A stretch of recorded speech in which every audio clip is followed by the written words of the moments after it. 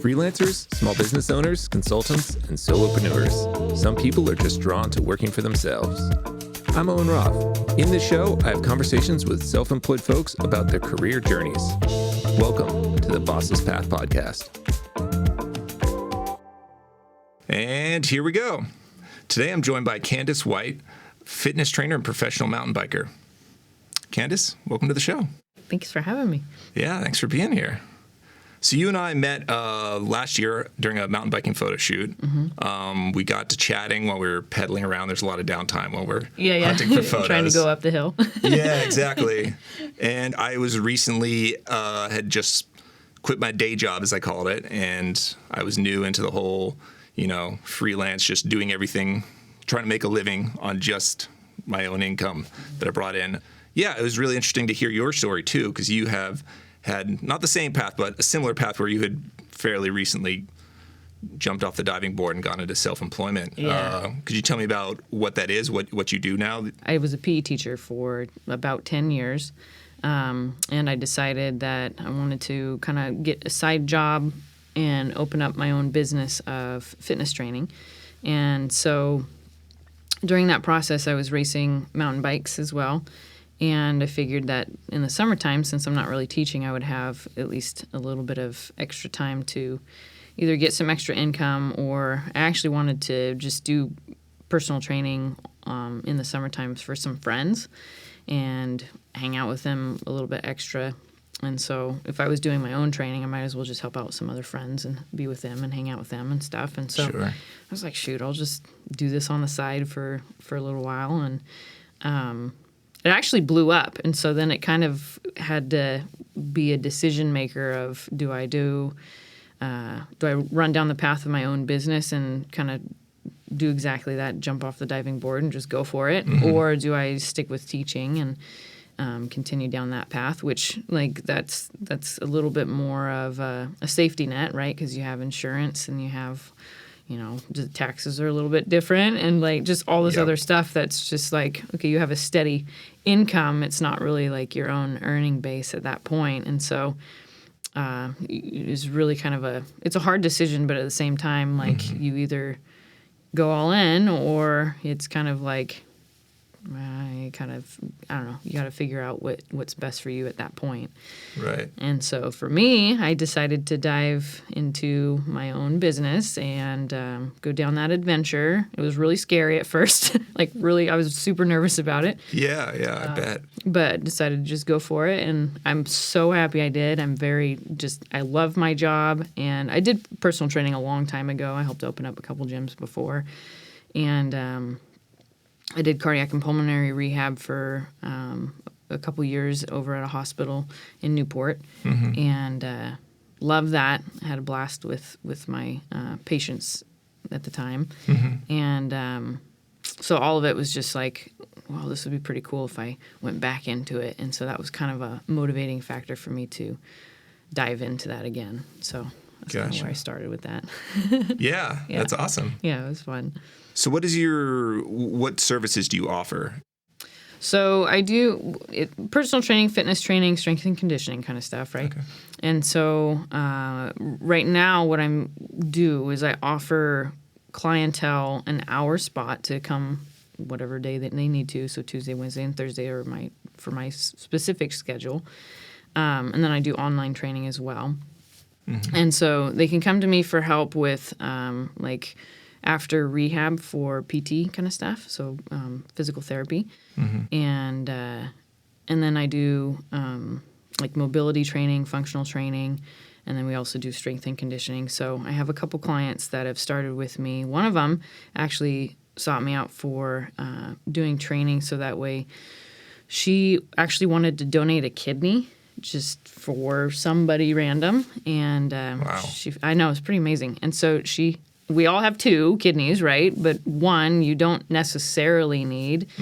And so she's like, I just want to give it up to somebody who needs it, which is a pretty amazing thing. And yes. Huge. Yeah, so she had planned her surgery date, and she wanted to be able to recover quickly afterwards, and that's why she wanted to start training. And so I helped her out with that, and we got her prepared for the surgery date, and she recovered very quickly, which is great. But we found out during her training sessions that she's like very good at powerlifting, and so she's now training with me for powerlifting things. And she might not necessarily compete, or she kind of has that in the back of her mind that she might compete someday, but she just loves the aspect of lifting heavy stuff now. And so like she might have not had that before, but now she's like, let's go. And so what an interesting way to find your way into that. Totally. And so for surgery. It's super fun because I love being able to teach people new things and new avenues that they never thought about or never tried before, because you learn a lot of stuff about yourself. And in training, in strength training, you fail, right? And so it's really actually kind of hard for some people because they come into the gym and they don't want to fail. And it's like, we're going to failure today. And so then they're like, well, what do you mean? And I'm like, literally, you have to go until you can't go anymore. So then they get done with it and they're like, well, that was really humbling. And so, but it's good because you have to fail in order to succeed more, right? And so you push yourself more and you push yourself more after that. And you do it in obviously a controlled manner, so that way you're not like damaging limbs or hurting yourself, Sure. But if you can push yourself past your limits, then you learn more about yourself, and that's kind of where the business aspect goes, is for me as well, is like I hit a certain point in teaching, and it wasn't necessarily that it was the job that did it, but it was more of like I felt like I learned what I needed to during my time period for myself in that realm of where I was at in my life, and it was time to grow more. And if I failed, it was okay. I needed to be okay with that, right? And so stepping out and moving forward with a business, like it is super scary, and you might fail, but it's okay to try that. And if it, get to a point where it's just like, oh my gosh, this isn't for me, then it is what it is. But you at least learn that about yourself, and that portion that you were curious about is now satisfied on what you needed. You know what I mean? Oh, I know exactly what you mean. Yeah, so I've done it. Yeah, I know, right? Yeah. You have to get there, or else you will always question that the rest of your life, whether or not you made the right decision, or man, did I miss out on something that I could have done, And I don't like that feeling. It took me years to get to that point, right? And you might know that in the back of your mind. Like teaching, I knew I wanted to start something. In fact, I had conversations with some of my coworkers for quite a few years where it was like, okay, I want to start a business. I don't know what it is. I don't know what I want to do necessarily. Like, I don't know what realm that's going to take me down at that point, but I want to try something. And they were like, oh yeah, whatever, Kandace. And so finally I got to the point where I was like, I know what I want to do. I want to try this. And so, and like I said, I've done personal training before, but it wasn't my own business necessarily. It wasn't my own gym. It wasn't necessarily It's a little bit different when you're doing it for someone else and you have like your hours or... Yeah. And sure, I was like a supervisor at that particular point, but it's just not the same. Like you're not running your own payroll and you're not doing your own taxes at that. I mean, you are a little bit, but it's just different. Well, and there's the job security too. Right. Like... Just like, oh, it's all on me. Yes. Like generating clients and businesses. Yeah, for sure. That's on me. Yes, totally. And so, and you, like I said, you still have to do that when you're personal training in terms of like generating your own clientele, but it's still not like, it's not a separate gym at that point. You're in a gym already and people are coming in. Right. Right. The funnel's there already. Yeah, for the most part. And so, and sure, you could do online training, but this is like, I don't know, especially if you have a family and you have people who are relying on you and it's just a little bit different of a circumstance. It's very intimidating to be able to step out into that next portion in the road, Oh, 100%. I mean, that's where when we met last year, it was like, I don't know, 3-4 months after I had quit my day job. I always referred to it as, and I had always had like my photography video business going, but it had always been a back burner for years. I don't know, 5, 6, 7 years. It's kind of, the lines are murky because it was just like not really a revenue generating business for many of those years. But I was just what you referred to like a few minutes ago. I was kind of scared to like, well, if I quit, like, and I don't have a job, then like everything's on generating my, living Right. on my business. And I don't know if I can do that. But I got to a point, like you also referred to just now, was I'm just like, well, I don't want to have regrets. I don't want to be 20 years down the line or near retirement and like, why didn't I try? What if?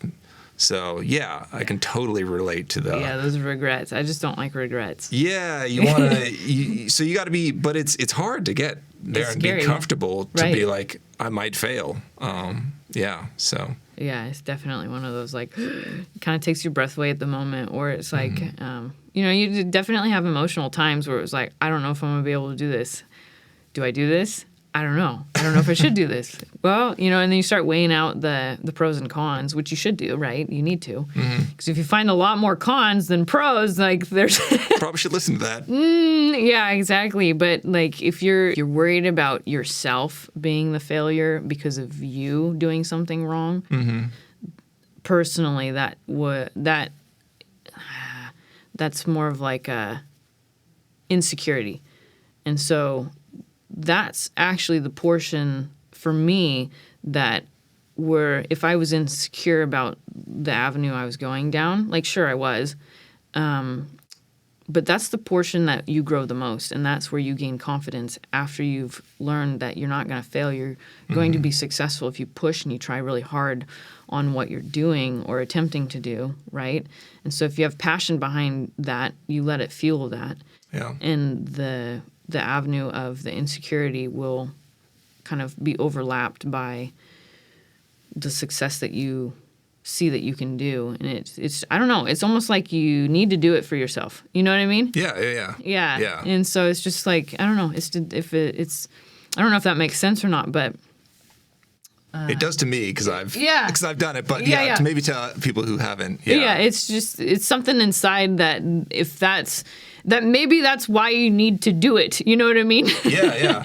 Just so you gain that confidence in yourself. Yeah. I think, the analogy you made to like weight training earlier is like, it's so valid. Like you just like, it's uncomfortable. We don't want to fail. Yeah. Most of us. Yeah.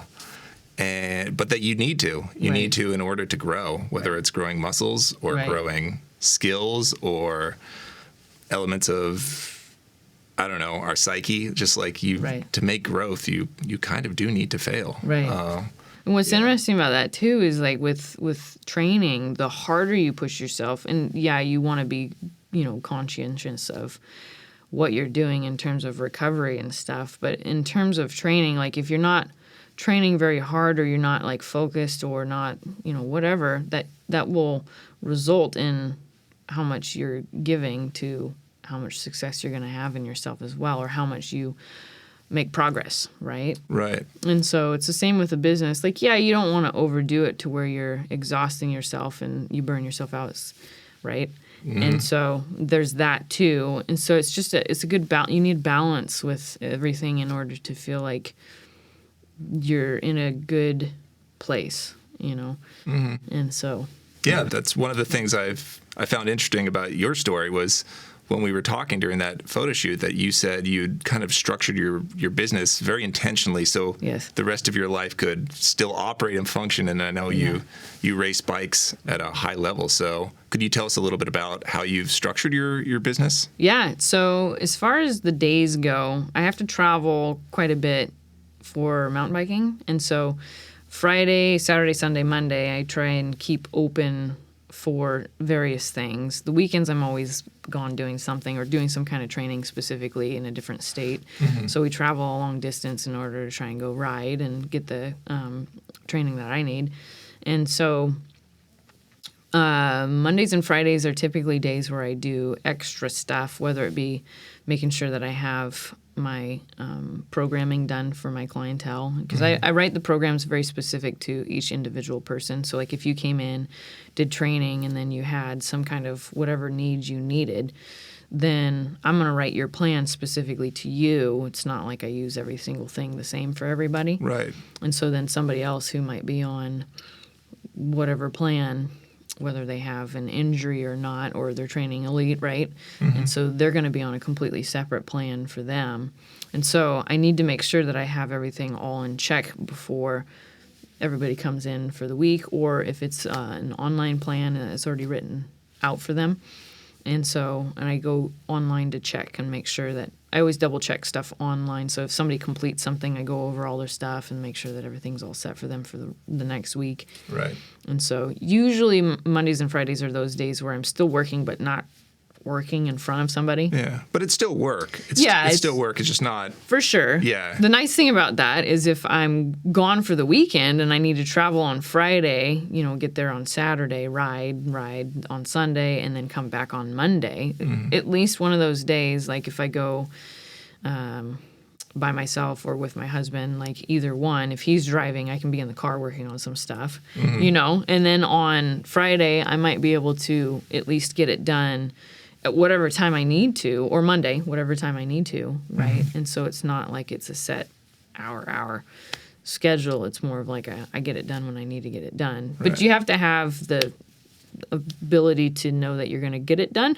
The discipline. Yes, exactly. So you have to be disciplined in terms of like, this is the time I need an hour, I need 2 hours, whatever, on one of the days, and you have to get it done. Yeah. So that way it's set for everybody as well. And so, like, there's that. But the variant on the time schedule is very nice for me. So the days that I'm usually seeing people, and this is where it becomes a little challenging in the week because I'm working very long hours on Tuesdays, Wednesdays, and Thursdays. I'm still getting 40-hour work weeks by seeing my clientele, right? Yeah, well, those are some condensed days. Yeah, and so it definitely adds up in terms of, you want to make. I need to make sure that I'm getting rest and I'm feeling recovered, so that way I can present myself for my clients. And what's fun about it is that I'm at the point where I have everything set and I know my structure on how I want to run the business for my sake. How many years has it been since you've been in business? 2020. Okay, and we're in 2023 now, so yes, 3 years. It's about 3 years, probably 2.5. Sure. Okay. Yeah. Gives us a ballpark. Yeah. And I opened it at the worst time because it was during COVID, and it was like, oh yeah, all the fitness trainers, you guys have to close your gyms, and it was like, okay, how am I going to do this? Yeah. And so at that point, it was really nice that I had teaching to be that income, that extra income on the side, because I was doing both, right, at the time. And so at least I had another job or an extra job security in that sense, which was kind of nice. And it wasn't necessarily like I'm diving off of teaching completely, but that was where I had to decide one or the other when that hit. So it was during the summer break for school that you... It was, so when we had COVID hit, during that time frame, I was teaching PE online. And so I had actually lowered my hours at work so that way I was doing the extra gym stuff on the side. And at that point, I had gotten, it was just after COVID when we could have the gyms open up again. Right. Okay. Yeah. Because COVID hit the States around March, April, like and then you finished up that academic school year. And at that point, you had the gym going as... Yes. Yeah. Okay. Yes. And I had online programming at that point too. Okay. But as soon as COVID allowed us to open up gyms, I had a lot of people, and it was interesting because a lot of people are like, oh yeah, COVID hit. There's probably a lot of people that are coming to see you because of people sitting on the couch and wanting some exercise and stuff. And like, I actually didn't have a lot of people that came to me for specifics on that. They weren't necessarily like, oh, I feel like I'm getting overweight. I mean, I had a couple people that felt like they needed to get back into enjoying life again and maybe lose a couple pounds or whatever it was that they wanted to do. And I try not to. I'm a holistic coach, so I'm not necessarily like we need to lose weight. It was more of like, how do you feel? Are the clothes fitting better? Do you feel better about yourself? Kind of a thing. Right. And so they would come to me specifically for actually training on something. So I might have somebody who wanted to do an ultra marathon. I had somebody who wanted to do a triathlon. I had somebody who wanted to get into mountain bike racing. I had somebody, like, people had goals. Specific goals that it was inform really interesting what you do with them. Yeah. And so it was like, okay, let's go. And so that I really like that aspect of what I do because I like the variety a lot. I have a niche, but I also don't necessarily like just sticking with only one clientele. You know what I mean? Yeah. I like the variety a lot. I've done powerlifting. I've done strongman stuff before. I love it. It's super fun.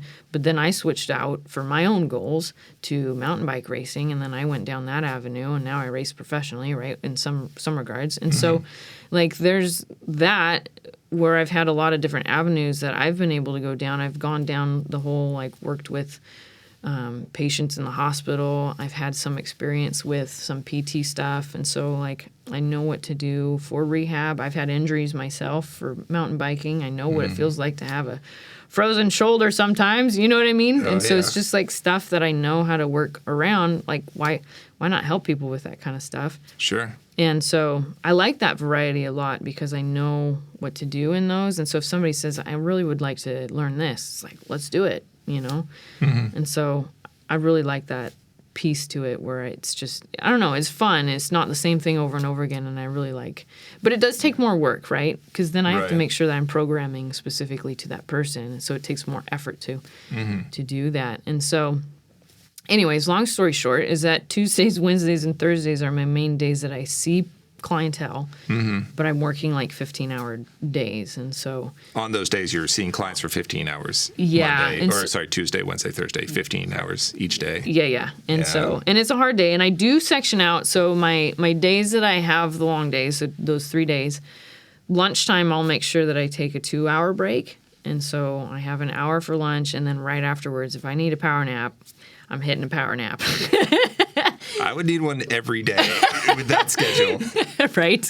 And so sometimes I do feel that way. Yeah. And it depends for the weekend. If I am racing, I have to make sure that like I have, you know, good nutrition and I'm making sure that I feel like I've recovered well and I'm taking the steps I need in order to get ready for my work week so that way I can hammer down. But like I said before, it's not really work because I love my job. Right. I love hanging out with my people. It's just like us chit-chatting, you know? Yeah. But I'm making people work at the same time. So I'm like, go do this. And then we're like, blah, blah, blah, blah, blah, you know, and just talking about whatever. And so it's not necessarily, I don't know, I don't feel like I'm working. I know I'm working, but I'm not really working. And so. Right. Which is probably one of the motivations that led you into doing it is because for sure, like you said, the schooling thing, you kind of, it was exhausting. Yes, it was very tiring, and I like to work really hard and make sure that I'm doing a good job at what I do. And so with teaching, it was always like you're always checking in on the kids, you're always making sure that they're okay. And but the hard thing about teaching is that, and I have this as well when it comes to training, but the difficult thing is that kids don't necessarily come to you at school to fully be there. You know what I mean? Right. Because there's stuff at home that we don't see and we don't know about. And so sometimes they're there and they're exhausted and they don't get any food and they don't, you know, they have the resources that they don't have are scarce. And so, you have to make sure that you're there for the kids, not only to teach them things, but that you're there for them. You know what I mean? In every way that you can be. It's exhausting. And so there's a lot more to it than that. Of course.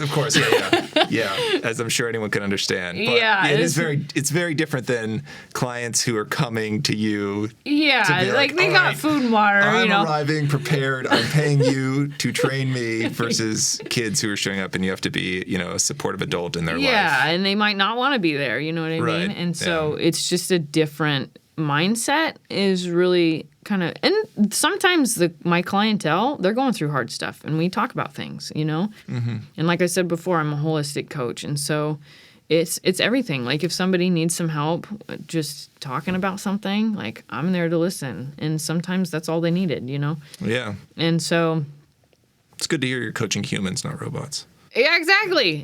But like I said, it's a little tiring in some regards because I'm taking on their energy in course. terms of like if they need to let something out, you know, I get it, you know, I'm there to talk through it. And like, how are you doing with this or that? Like, what are we doing to get over this or that? And it might be like, I've had somebody who had a pretty harsh breakup. And so like they might have a meltdown.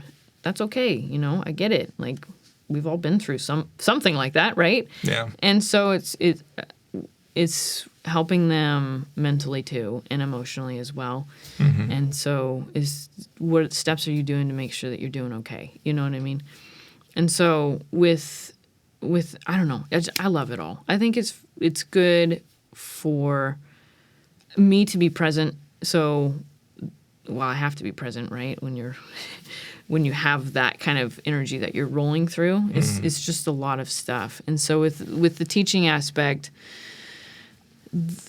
instead of working with like 60 kids every hour, it's one person, or it might be two if it's a semi-private session. Mm-hmm. And so that's more, I like the more one-on-one base or the smaller base. Yeah. I don't necessarily like the big groups because you can't pay attention to people very well, and it's not as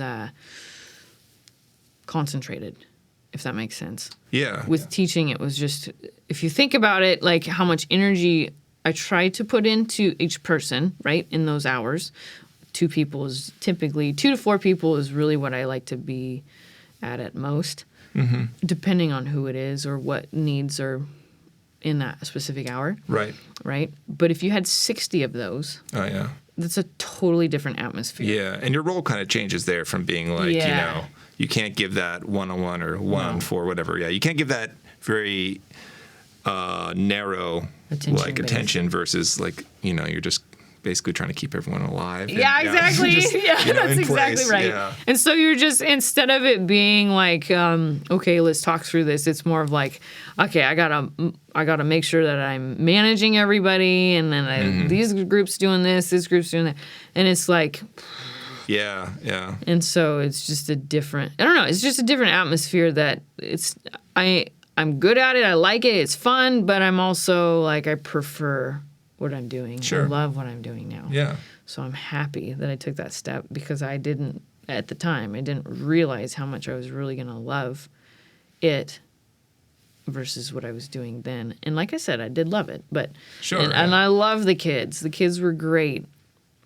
But this is an adventure that I'm very excited and happy that I went down because I found out more about myself. And I needed to learn stuff in teaching in order to contribute it to my job now. Right. You pick up skills Yeah. through your whole life experience, From work and otherwise. anything. Yeah. Which is beneficial, right? It benefits everybody else who I'm working with because of the experiences that I've had. Yeah. And so now I can apply those even better to what I'm doing. Yeah. Yeah. That's really cool. Yeah, it's fun. It's funny. I actually, I worked in a school like years ago before. I've been in Oregon for 7 years this summer. But when I was in California prior to here for a couple of years, I was working in a school, and Yeah. it was a little bit smaller. It was with special education. So it was, I think we had classrooms of like maybe 10 kids. But yeah, A lot of energy. There's a lot of energy, yeah. And yeah, I definitely learned a lot of skills and put them into practice for those couple of years. And I actually loved that job. Yeah. It was a really enjoyable job. This is beneficial. Yeah. But it's a lot. Yeah, it is a lot, exactly, yeah. And it was, like you said, you can enjoy something and still leave it. Yes. And it doesn't mean that you left it because it was miserable. Sometimes Right. it is, Yes, but yeah. it also can be something that was enjoyable, but Yeah. it's not the right fit, or it's, Right. you know, you've served your term or not served your term, but It's did the your next time step there and you want to, step in to life. something else. Exactly. Yeah. And so, yeah, it's just kind of interesting to see what life brings for you, you know? Yeah. And I mean, that's the cool part about like taking a bossless path is like you can kind of, if you can step over that like scary line of like, oh, it's all on me and I need to figure it out, whether it's starting your own business or being a freelancer or what have you, it's, you can really shape what you want to do. That's the exciting part. It's super exciting. Yeah, Yeah. Of course, there's other emotions in there as well, but Yeah. overall, it's exciting. Yeah. You kind of alluded to a few things that you've done prior to opening the gym. Could you maybe give like a really brief rundown of like the chronology of your career leading up to? Yeah. I helped open up a gym in 2009. And then after that, see, I had my bachelor's degree then. And then I decided that after I was done with my bachelor's that I wanted to take a little bit of a breather and take a little bit of a break. You can kind of see my theme here. I just want to make sure that I'm breathing a little bit. Yeah. Got to enjoy it. And so I took a breather from that before I got into like my ultimate goal was to be a teacher. I actually wanted to go into engineering at the very beginning because I like building things a lot. Interesting. Yeah. And so my schooling was actually to do computer engineering. And then I realized how much sitting on the butt you have to do. So I decided that was a bad idea for me because I can't handle sitting down for like hours and hours and hours and hours. And so PE teaching was the other one that I was thinking about, is either one or the other. And so with teaching, I went for my exercise science degree and graduated, and then I went to open up the gym, and then I got another job offer over at a hospital over at the coast. And I never actually pictured myself over at the coast, and now I think about it, and I absolutely loved it. And so I worked over at the coast. I took the job, and I did cardiac and pulmonary rehab, and I was an exercise specialist there. And so people who would have like heart attacks or pulmonary issues, I would help rehab them after their issue or their circumstance or whatever happened. Right, in their recovery, yep. Yeah, and so I had them for about 3 months, and I loved doing that job. I loved working with the patients quite a bit. And same with the personal training, like at the gym that I was at before. It was actually hard to leave that one because I enjoyed it so much. But decided that I wanted to go down the avenue of working in the hospital. And then my idea was to work there for a couple years and then go get my master's degree. And so I worked there, decided that it was time to do something, or move on to the next step. And so I actually was working with a few doctors. One of my friends who was in Portland, I was chatting with him a little bit, and he was like, hey, I can get you in at the Adventist Hospital up in Portland to do some job shadowing for orthopedic surgery. And he's like, it'd be awesome to get you in there, come up and get some experience with that. You know, I can get you some signatures in terms of like getting you into school too for that. So I actually jumped out of the hospital work and was looking into going to school for orthopedic surgery. So I was going to be an orthopedic surgeon. Wow. So I was like, well, this is going to be awesome. You know, this is Yeah. exciting. I'm helping people and I'm like suturing them up. So I'm somewhat building them back together. Yeah. And so I was like, this would be awesome. And so I did. I went up to Adventist and we did some shoulder and knee replacements. Like literally we're cutting people open. And I obviously didn't get to cut anybody, but but I still got to be there and kind of help with the process on some of it. And it was an amazing experience. I loved it. It was really cool. Yeah. And so I went back home and kind of was like, oh, this would be really cool to jump into it. And he was really kind of pushing me because he used to be a PE teacher too. And so he was telling me about like what the job's all about for PE teaching. And he left that and went into, he was a physician assistant. And so anyway, he was like, well, I can help you get into the school for that and all this stuff. And so anyways, we kept chit-chatting. And something hit me that I just needed to go back to teaching because that was the original plan. And I was like, I don't know if it was like, I don't know. It just, you know, when you get those kind of like weird feelings of, I got to do this. Yeah, I had one of those. Voice. Yeah, it was one of those voices in it. I don't know if it was God's voice where he was like, it's time for you to go back to school of teaching. And so it was just like, bam. And it just hit me right when I was in the middle of the process of getting into the physician assistant stuff and the orthopedic surgeon stuff. And I stepped out of the school for that and went into my master's degree for education and physical education. And so I went down that avenue, and then I ended up teaching for almost 10 years. And here's the thing is, like, I don't know what would have happened if I would have went down the orthopedic surgeon, the physician assistant route, right? Of course. Who knows? But I do know I probably wouldn't have gotten into mountain bike racing because of the time frame and all the scheduling and how it was panning out. Yeah. And so teaching my very first couple years was very difficult. I was coaching in addition to that, so I had zero time. And so it was difficult to manage any extra time and energy. And then I got a job doing elementary PE. So I did the high school, I did the middle school, and I did elementary. Oh, okay. And tried all the flavors. Yeah. And what was funny is actually, if I was going to PE teaching, I wanted to be a high school PE teacher. And the jobs at that time, they were cutting PE quite a bit. And so there wasn't really a lot of job openings in Oregon. So I almost moved to either Arizona or Alaska at the time. And there was one job opening that was down in Southern Oregon, and it was a middle school position, and it was the head PE teacher. And I was like, I don't want to do middle school, but I'm going to do it. And just because it's the head PE teacher position, and it would be me being able to run my own show, which I like that aspect. I like being able to be creative and kind of make things go down whatever avenues I kind of want to. And I actually had a lot of fun creating my own program with it. And we did a lot of really cool stuff in that. And I had fun with it, but I had left that job because I got a job offer for an elementary position. And I was kind of like hemming and hawing over elementary. And I ended up loving the kids. That was the best grade ever. Okay. And so I did K through 5, and they were so much fun. I mean, I would get out pieces of paper and like throw it around, and the kids would be like, yay! You know, and I get balloons out, yay! And you get the parachute out, and they're like, oh my gosh. Different level of enthusiasm than like high school or yeah, for sure. Yeah. And the high school was fun because I had them at a high intense level, and we were doing a lot of really cool stuff with that too.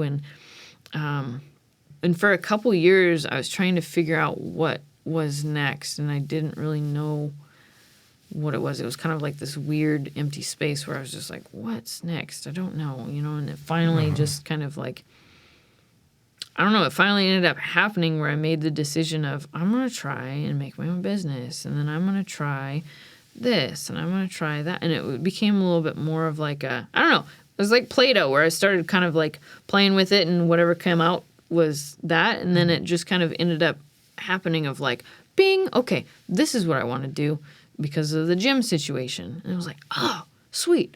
But I always kind of knew that it would be fun to have that.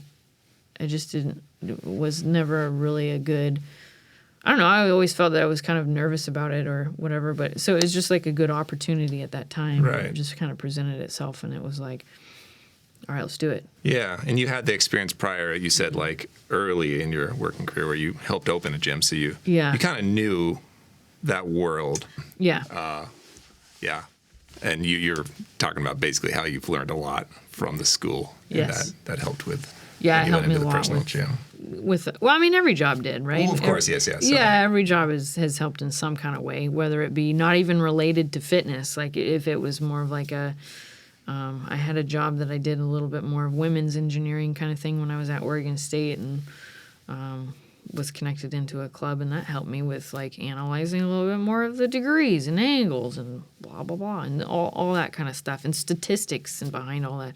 I don't like statistics, but you have to get good at that if you're keeping records on stuff or, whatever. And so all of the plethora of the background that you've experienced will absolutely draw into the future on whatever avenue you're going down. So it's important to get as much experience as you can, because it gives you that much more just richness.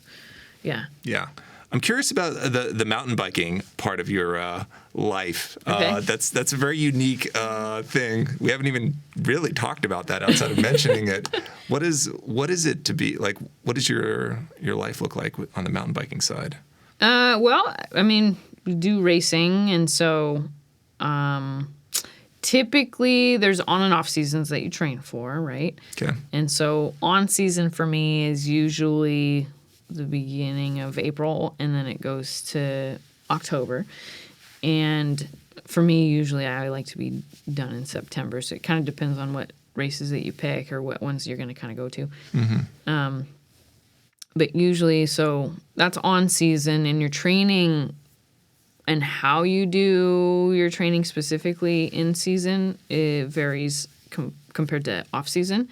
So like on season would be a lot more cardio based. And then off season would be more of like a build base where you're doing a lot of like trying to do muscle building or strength training kind of component. Mm-hmm. And so like I'll gain a lot of weight in the off season on purpose because I lose a ton, and not intentionally. I don't like to lose the weight in on season, but it just happens because you're just always on the bike. Right. And so it's just constantly, like, I'll keep a little window open in the weekday on purpose in season, so that way I can get done with a client, eat some food real quick, and then buzz out on the truck, try and find the mountain bike trail I want to go to for the day, and just hit as many laps as I can, buzz back, and I got somebody else that I'm coming back to, right? Oh, man. And so it's like... And so it's a very busy week, and sometimes it's difficult to be social because you're just always on the bike. Yeah. And so people who want to hang out all the time, I'm like, I can't. I got to go ride. I got to go train again. Yeah. And so you just kind of, it's another sacrifice. It's another job if you're doing it the way that if you want to be successful at it, right? Yeah, at a high level like you are. Yes, and like you definitely build every season. You get better, you get better, you get better, you get better at your skills, and so you're always working and always building on what you're learning and growing on and trying to get faster, and you got to try and get better. And so like that's a huge carrot for me is I want to get faster, right? And so in order to do that, you have to get on the bike constantly, because these girls are at that level are doing the same freaking thing, if not more than me, because some of them at that level have contracts with these big companies who are literally paying them as their full-time job. How does that work? I know there's like lots of different variations. You mentioned some people are fully sponsored and that's their job. Yes. Sounds like you're somewhere so I'm lower. I have sponsorship, but it's not there's only like a 1% that are 100% sponsored, and that's their job, is just to ride 24/7. Right. That's not necessarily me. So I'm more of like I don't know. It's kind of that's what I'm saying. It's kind of a weird spot because you're still a pro racer that is racing against these elite racers. In fact, I race against somebody who's been in the Olympics. I've raced against a couple of them. Yeah. And we're like in that bracket together, you know? Right. Yeah. Skill. You guys are right there. Yeah. Yeah. Yeah. But they're amazing. And so just to be in that, they're training all the time, every single day. And so I can't necessarily do that. If I would have started when I was little, like maybe I would have had a chance at that, right? Sure. But the aspect of it is a little bit different just because they did start when they were younger. And it's not that you don't have a chance necessarily, but it's more of like time does play a factor. Of course. Right? And then like where you're at in your life plays a factor. And what opportunities you have is a big thing as well. So I've been lucky enough to have opportunities of knowing somebody who knows somebody else and making that connection, and then they support you for your race time. So that way, you know, you might have somebody who will pay for your races, or you might have somebody who will pay for your travel, or you might have somebody who will help you out with some clothing, attire, or, you know, whatever. Or you might have somebody who... Maintenance, maybe. Yep, exactly. You get a free bike for the year if you race for them, or, you know, whatever. And so so I have those sponsorships, but I don't necessarily have a contract under a big company who's paying me yearly to get out on my bike. Right, If that makes sense. So I have to make that income, but I still race against those people. Right. And so the sponsorship level can vary a lot. Yeah. On that. But like I said, that's only like 1% between all the racers. And so you might have like maybe 2 other ladies that will be sponsored at that level. Out of quite a large group. Yeah. I mean, I wouldn't say necessarily a large group, but there's a lot of ladies who race, who come in and out of the race scene, who have the same sponsorship or maybe less or maybe more or whatever compared to like other ones. Sure. And so the elite level, they're usually going at all these races that, I'll be with them, but they'll be at a lot of the, quite a bit of races in the year. Whereas I pick the season and I pick like what I want. Right. They might be under contract of how many they need to be at for every single season. And so I have the flexibility where I can take a breather, you know what I mean? And I have the ability to step back a little bit, or like if I don't necessarily want to travel all the time, then I can be like, well, I'm going to take a breather because I want to. Right. So it's nice. So it really just depends on what you want and how you want to do it, right? And so, because you can take it at that level, you can be traveling over to Europe all the time and riding. And I've done that before, but not necessarily every single weekend. And I'm not here, there, blah, blah, blah. Because I got to be present where I'm at for my job too. Yeah. And so, I don't know, it can vary a lot, and it can just depend on how much experience you want or how much effort you want to put into going and traveling like that, or being in that realm of competition. Right. You know what I mean? Yeah. It's definitely not the same as like someone who's made it to one of like the major popular sport, or I shouldn't say popular sports, but like sports NBA, right, NFL, MLB, where you're like, if you're in the NBA, even if you're a bench player who plays a tiny amount of minutes a year, you're still like probably able to support yourself with a contract, even though you make an infinitesimal amount compared to the star. Yeah, but for sure. With Viking, it sounds like there's a lot more variety, because it's like there's not as much money in the sport as there would be in like basketball or football at the highest levels. Yeah, and so with the mountain biking aspect of it too, people who are getting into it or wanting to just start racing, like when I very first started racing, you have to pay for a lot of the stuff, right? You don't necessarily have the sponsorship, and you need to get good, or at least progress yourself forward, so that way you can keep making these steps. But if you very first start and you're kind of getting into it, like you got to pay for your bike, you got to pay for your entry fees, you got to pay for your gas, you got to pay for your food, you got to pay for where you're staying, you got to pay. Like there's so many things you got to pay for, and it becomes very expensive very quickly. Oh yeah. You break stuff on your bike, it's like $250 to fix. You know what I mean? Like. Yeah. And so, like I was saying, luckily I have that support, so I don't have to worry about that. But somebody who's just kind of like starting to get into it, I had to do that before. Sure. And you build yourself up, but like I said, you do it because you love it. Right. But it's also a sacrifice. So how much do you want to do it? There's always a sacrifice behind something. And so I think that's where a lot of people don't really understand. Like, even though you race at whatever level, you're still sacrificing something.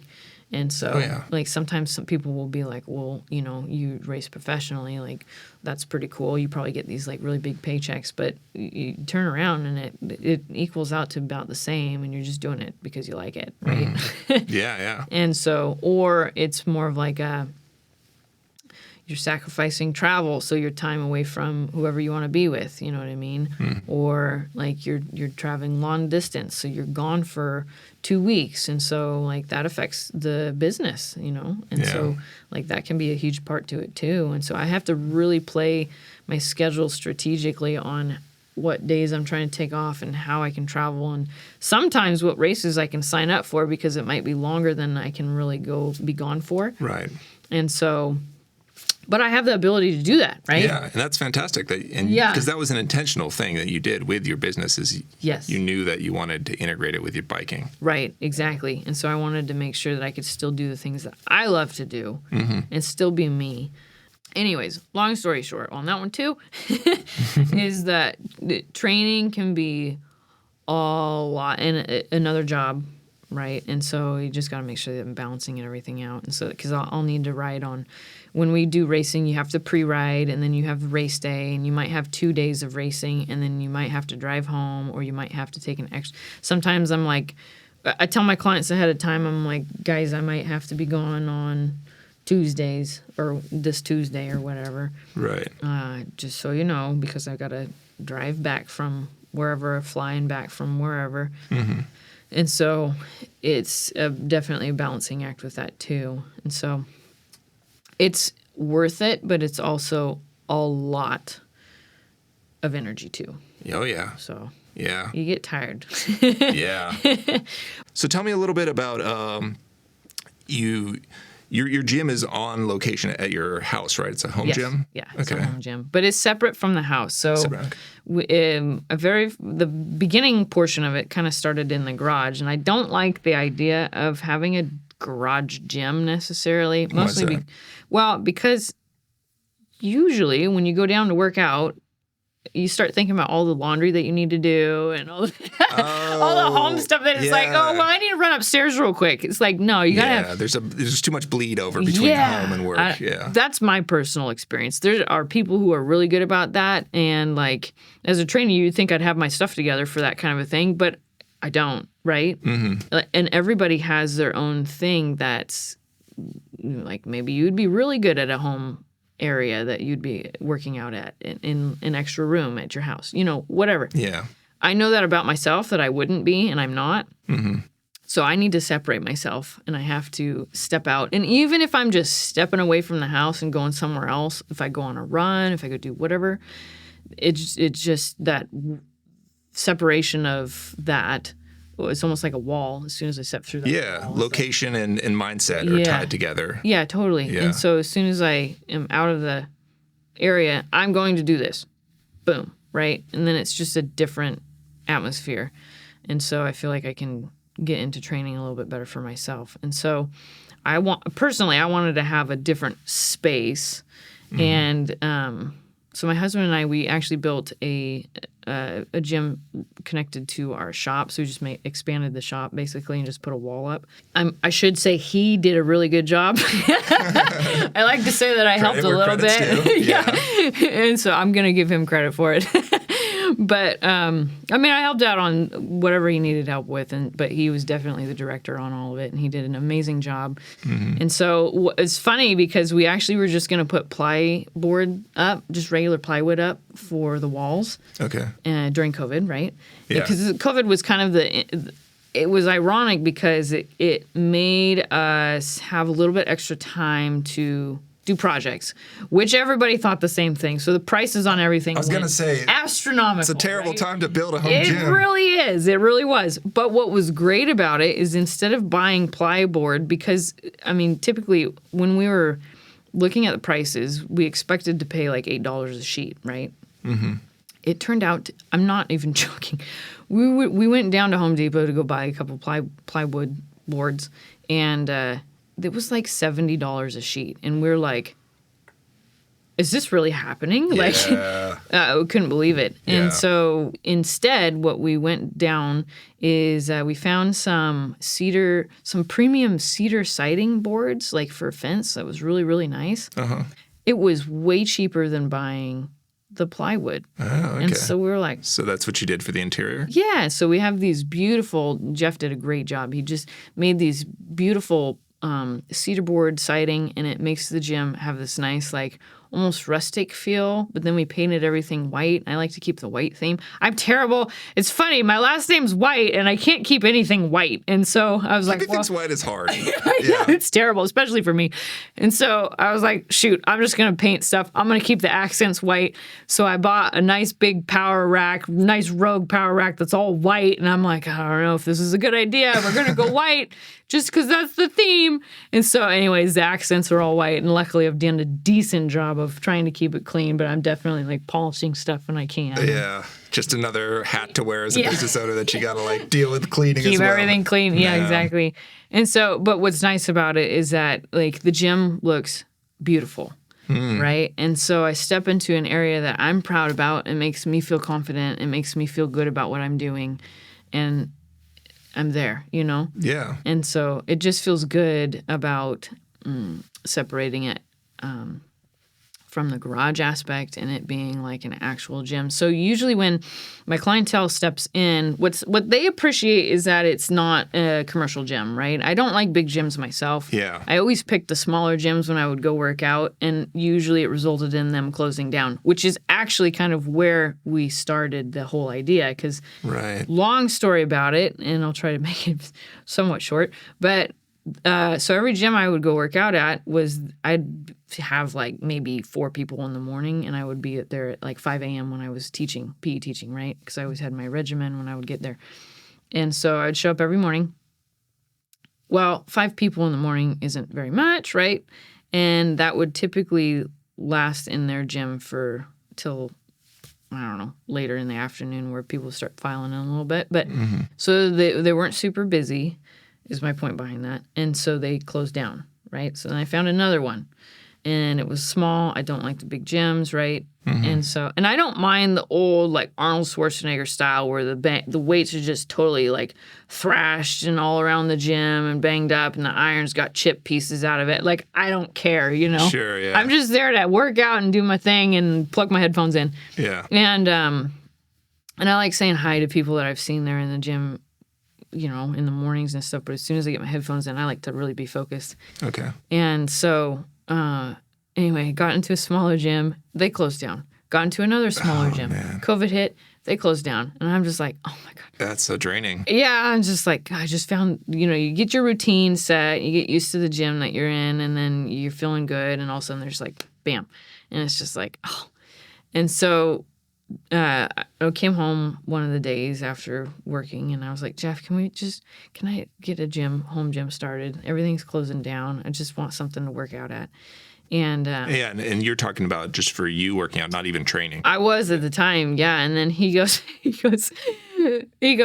got to find a supplemental job in order to do that if you're going to do that. Like, I don't care if you even pick blueberries. Those were his exact words. I don't care if you go pick blueberries. Just get some extra income, and then you're going to be fine. And then you can do whatever you want to at that point. So okay. So you gotta make sure it works out financially. Bad hobby. Yeah, exactly. I'm like, okay, fine. And so I said, okay, I'll go forward with that. That's a deal. And because like I was telling you before, he's a financial advisor. And so he's very much like, if you do this, you got to do that, blah, blah, blah. And he's got it down. And so anyway, I was like, well, shoot, if I have to do that, I might as well do personal training again. I loved my job before, and I loved doing what I was doing at the hospital with my clientele, doing cardiac pulmonary rehab. And so I was like, what if I have a business proposal? And so so I literally wrote one up and then said, what if I did this? And he's like, that's a bad idea. And I was like, why is that a bad idea? You just told me if I got extra income. And he's like, because you're going to spend way more money on these big commercial items that you would spend than it being a home gym, right? And he's right. Yeah. Dang it. You got to scale. Yeah. The voice of reason. Yeah, I'm like, ah. And so I go, okay, well, I got to think of something else to add to this in order to make it a good proposal to him again. So then I'm like, okay, how am I going to do this? And so I was like, whoa, what if we just make it a full-on business? Like, what if we just did, like, online and in person and just made it go forward with 100%? And and that's actually where the whole idea came from. And so I agreed to it. And And he's always extremely supportive of whatever crazy idea I come up with. I just have to have a good reason. Okay. And so he's 100% game and always backs me up on all of my desires and dreams of what I want to do. That's great. Yeah, it's great. It's amazing. And so that's kind of where the gym, and I of course was like, let's make this huge gym. And he's like, we can make a tiny gym. And so we met in the middle. And so it's not a very big gym. It's I mean, it's a small platform. I can really fit 2 people and myself comfortably. Will clients stay with you for a long time, or will they meet their goals you talked about earlier and then they move on and you fill that spot? It totally varies. I have some people who have been with me since the start, but I also have other clientele who they have a goal and we need to reach that goal. And when they're done, they're done, right? And like I had a girl who did some weightlifting, like Olympic lifting, and she was competing, and we needed to get her shoulder all ready to go and set because she was having some issues with it. And so we prepared her for competition, and when she hit the competition, it was complete, right? Yeah. And so it just depends on what somebody wants to do or how they want to do their training. Because like I said before, some people, they start and then they go down different avenues and they're like, well, I want to try this. I want to go down this one. So like we could go for as many years as somebody would want to go, and we could hit so many different goals that they would come up with. And I always check in with goals. So we do, I don't know, just a check-in on whenever somebody kind of wants to, but also when I'm going, okay, we need to check in on this to see how we're reaching the whatever goal we need to. Right. And so when we check in on it, if they've reached it, then we'll check it off the list. And if they want to create a new one, we'll do that. And we'll just kind of keep working our way down. And like that's part of life too, you know, because when you have a goal, you want to have goals. And when you have a goal in mind, that's what's going to drive you forward. And so when you reach that, check, okay, what's the next goal? Check. Yeah. What's the next goal? Yeah. You need those carrots to chase. Yeah, for sure. I think it's really cool that you're able and very willing, it sounds like, to flex with whatever someone is. If Very they flexible. need, if they need or they want you to just train them how to do something on their own, so then they can go do it. Yes. You're fine with doing that because you're not motivated to be like, oh no, I need this client. I need them. No, like, I'm not all motivated by that. because you'll just fill them with. Fill that window of time with a new client. So you're just about the helping. I'm very blessed in that regards of, like, if I need to fill somebody's spot, then I can usually fill it pretty quickly. Yeah. So I'm very thankful on that. But that's not the point, right? My point is to help people. Right. And to make sure that they're successful. And so I want to make sure that they're feeling good about what they're doing and how they're doing it. And it's about them. It's not about the client, you know what I mean? In terms of money. Right. Yes. Yeah. It's not about the dollar that they're exactly. bringing. It's about helping people. Yeah, and I never want it to be about the money because then it's not focused on the person. You know what I mean? It's not the number one priority. Is not about them, and I never want that to be that way. And I think that's where, honestly, I think that's where a lot of people will see that, you know, and people will know that you care about them or not. And so when you open a business, if you're focused on the clientele or the people, right, in terms of them, you will always have people come to you because that's what you want. Like when you go to a business, you want to make sure that they care about you. Right. Right. And so that will help guide your business if you open up your own business or if you do your own thing because it attracts people. Right. And so, yeah, it's just really important to make sure that you're doing it for somebody else. So right. That's something that, not necessarily that I've learned, but I have learned it, right? You learn that in terms of business because it's a weird whirlwind, right? Because you're worried about making sure that you're going to be successful in terms of now your income's changing completely, right? And so it's not necessarily a standard paycheck, so it's nerve-wracking. Of course. Right? But at the same time, it's not about that. It's about people that you're trying to help. And so, yeah, that's where it becomes like... Oh, yeah. Yeah. That little zone is...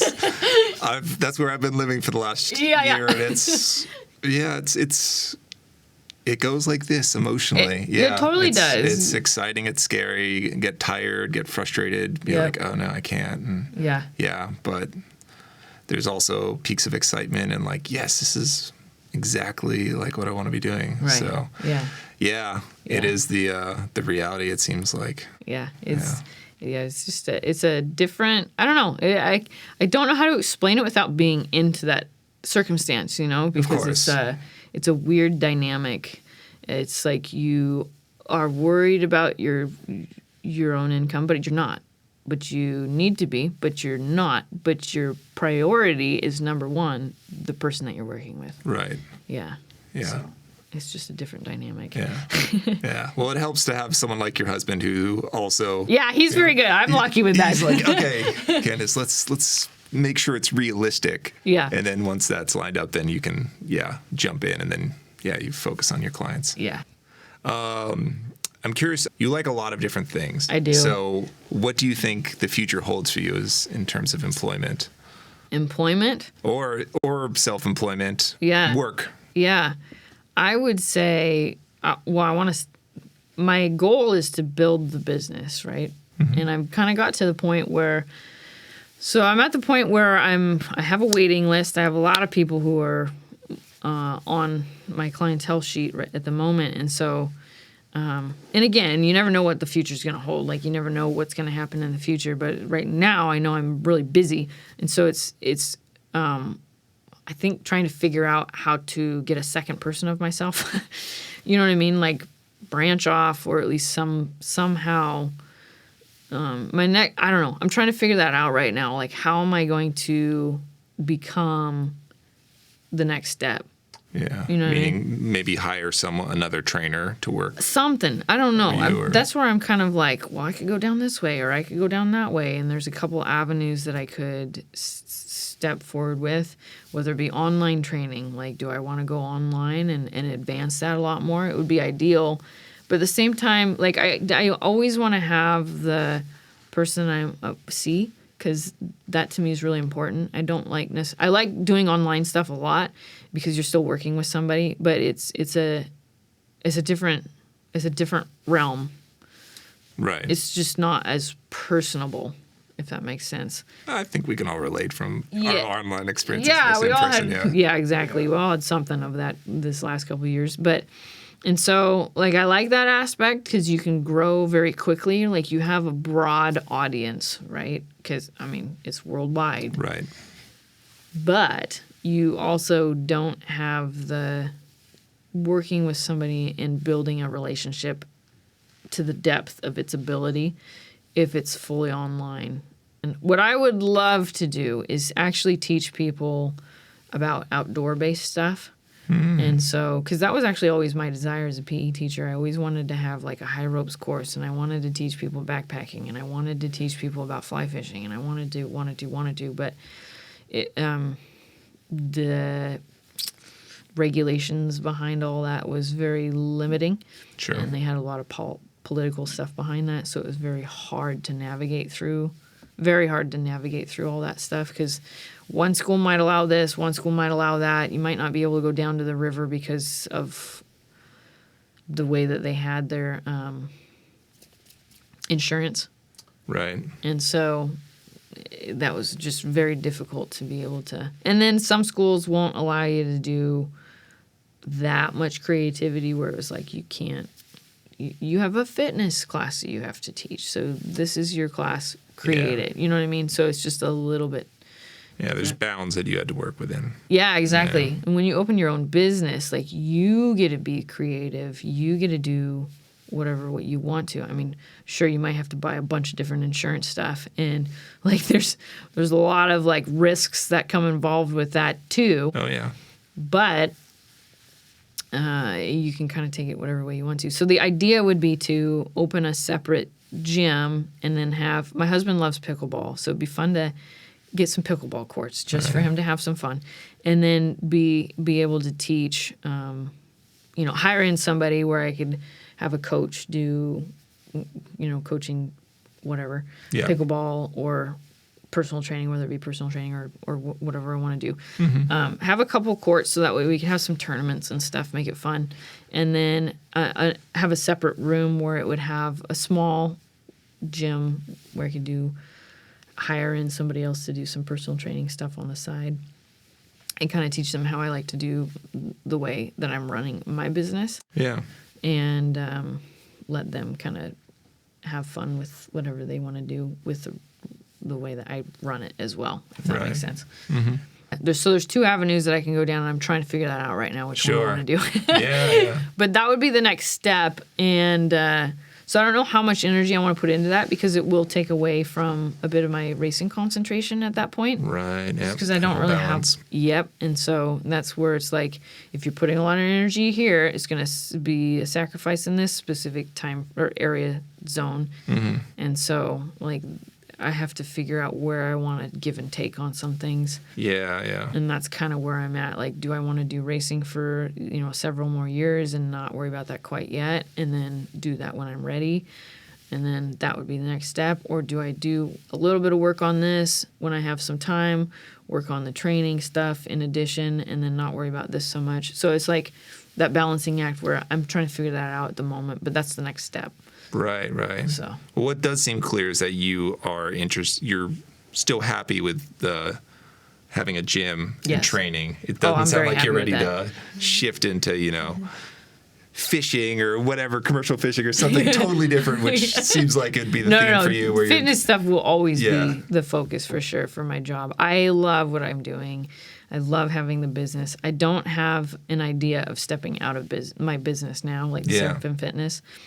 So I want to keep Seraphim Fitness what it is and then take the next step. I just don't know what step that is, but this will be my job for as long as I can imagine it. So, and like I said, I love what I'm doing, so I don't want to step away. I mean, who knows what would happen, like if the unforeseen future where it was like, all of a sudden you got in a mountain bike accident and something happens, like what would you do? Then you have to figure that out at that time, Right. And that's the reality. Yeah, well, like you said earlier, wrenches get thrown. We don't know. Yeah, you never know. Where they're going to get thrown, what they're going to look like, and then you adjust. But yeah, exactly. But as far as my business now, I want it to be successful. I want to keep going. I would love to retire with it, and who knows what that looks like. So luckily, I got a financial advisor to help me out with that. That works out. So I'll let him figure that portion out. And but yeah, we'll see where it leads us a few years down the road. So it grows, and that's the thing that's exciting about business is that when you open it and you have ways that people can reach you, like I have a website, right? So people find it and then they reach out to me, and that would be the way that it has been bringing in different clientele, but then also like my clientele who I've been working with, like they know somebody who wants a personal trainer, so then they make connections. And so the connections that you keep making, and the more just even time, just letting it stew, like it grows from that. And yes, you have to work at it, but you also, the more time that you're sitting with your business, the more it will just... It snowballs, it builds. Yeah, and people start hearing about it. And that's exactly what I've found is like, there's two things. You have the snowball building, and you can push it and you can try and add snow to it, which you kind of need to do. But then also, once it's built, like just gravity... It just keeps going. And it does build itself, word of mouth and what have you. So it's and the you never combination. know. So you might have somebody down the future who'd be like, Kandace, I have a job opportunity for you. Or, Owen, I got a job opportunity for you. I want you to do this. And that's like, oh, cool. And you never really knew that was an option until it was just like, bam. Yeah. What about this? And it's like, well, that's pretty cool. I might have to think about that. Yes, let's do it. Yeah, exactly. So like you never know. And so that's the fun portion, is that you can't predict the future. It's kind of scary, but it's also really exciting. Oh yeah. Yeah. Fits right in your theme of don't stay boring. Just always keep do something. Yeah, do something, exactly. Yeah. It's the tagline for your episode. Do something. Just keep doing something. Keep doing something. Yeah.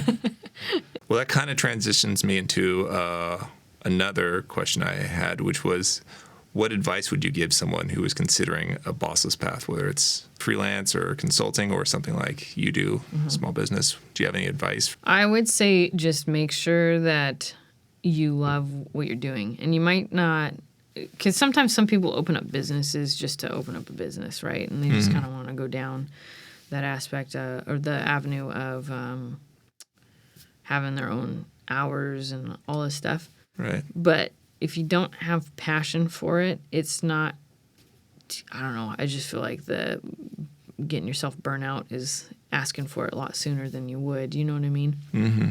And so, like, you might not realize at the time how much you will love it.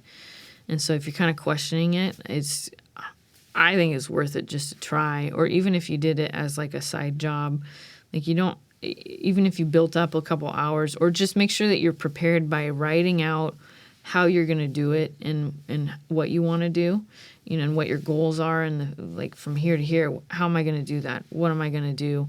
What are the steps I'm going to take to get to that specific spot, so that you already have your game plan and you're set, and you feel like if something gets thrown, a wrench is always going to be thrown in somewhere. Of course. You can never predict it, and it will always happen, right? Somewhere. And so if you have game plans for not really preparing for the wrench to be thrown in, because you never know what it will be. So you can never really prepare fully for that specific thing, because you never know what it's going to be. Right. But as long as you have, like, this is my goal, this is where I want to get, and here's the steps to get to that goal, then that, I think, will bring a lot of success to your specific state of what you want to do. You know what I mean? Yeah, having some type of roadmap. Yeah, because then if a wrench gets thrown in, you swerve, and then you try and get back on rerouting, right? Yeah. So that would be my suggestion anyway. Great. That's great advice.